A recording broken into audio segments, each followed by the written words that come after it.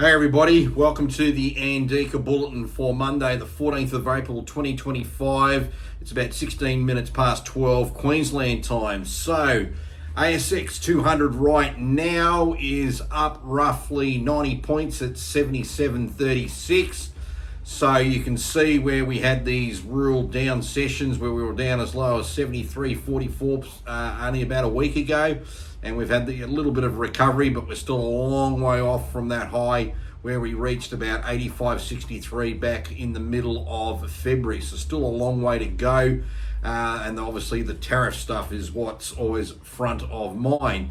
Speaking of tariffs, the US Commerce Secretary Howard Lutnick told ABC this week, that's an American ABC, not our one, that smartphones, computers, chips, and other consumer electronics may soon be subject to separate tariffs in a month or so, suggesting the exemptions that were announced Friday are only temporary. So what happened was, if you didn't get to read last week, everyone's saying Trump was the first to blink, and he reduced the tariffs on electronics, essentially imported from China, only down to the 20% tariff level, and that gave the market a nice little bit of a kick along. But now we're getting told a new class is going to happen, so it seems this is still going to keep going for quite some time.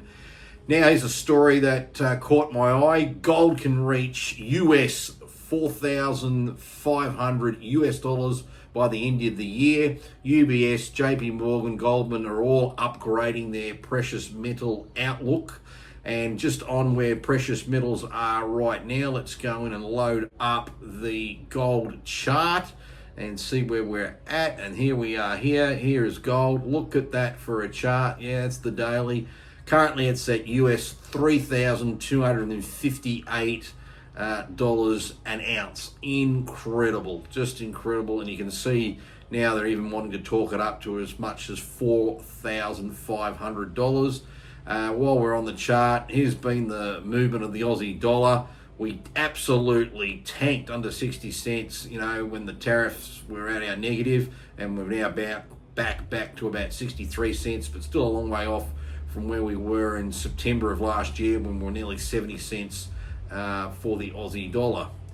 Now, this was pretty interesting in terms of the M2 money supply, and here's the chart here. Now, hopefully I can zoom this in a bit so we can see it somewhat better, because it is a little bit tough. We'll get rid of that particular ad. So what we're talking about here, and this is essentially where the global liquidity index is going, and its inference is it can propel Bitcoin up as well. And you've seen this particular chart before, where I've put the M2 money supply, which is a leading indicator of about 2 months over the Bitcoin price. And they are suggesting that we're sort of here now with more room to go. So that's just an inference with the global liquidity index. And look at that. We now actually have a rainbow chart for Bitcoin.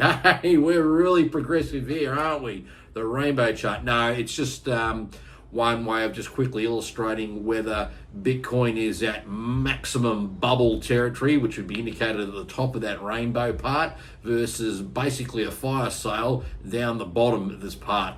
And it's just a series of bands. Right now, we're in the still cheap zone, So that's good to know if you're wanting to be an accumulator of Bitcoin.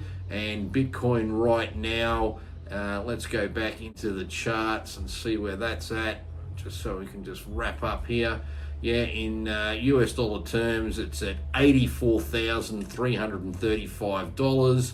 And that in Aussie dollar terms is $133,837. Again, like everything else, we can see we've had a bit of a decline.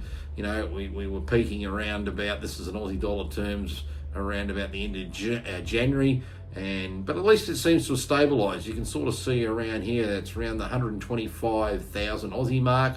Or if we go back to the US dollar sort of level, we're sort of around anything between 76 maybe up to 78. It's a bit of a zone within there. It's not exactly locked in. and that's where Bitcoin is at the moment as well. So that's pretty much it. Really not much more to report. It's a short one today.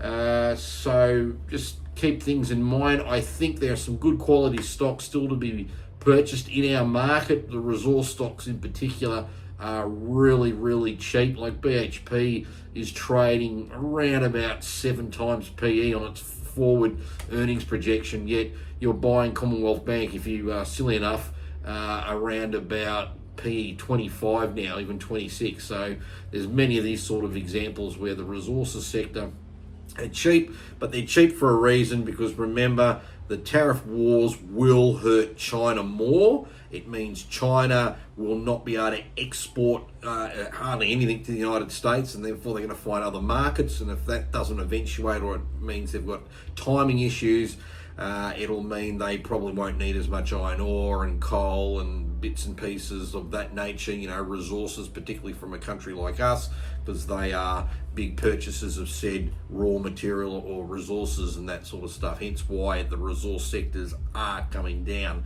So you do need to be mindful of that as well. There is a reason why they're cheap, and that's the reason why. Anyway, 6+ minutes in, I think we can wrap it up. So we'll just see how things go for the rest of the trading week. Something comes up that's worth having a chat about, I'll do a video.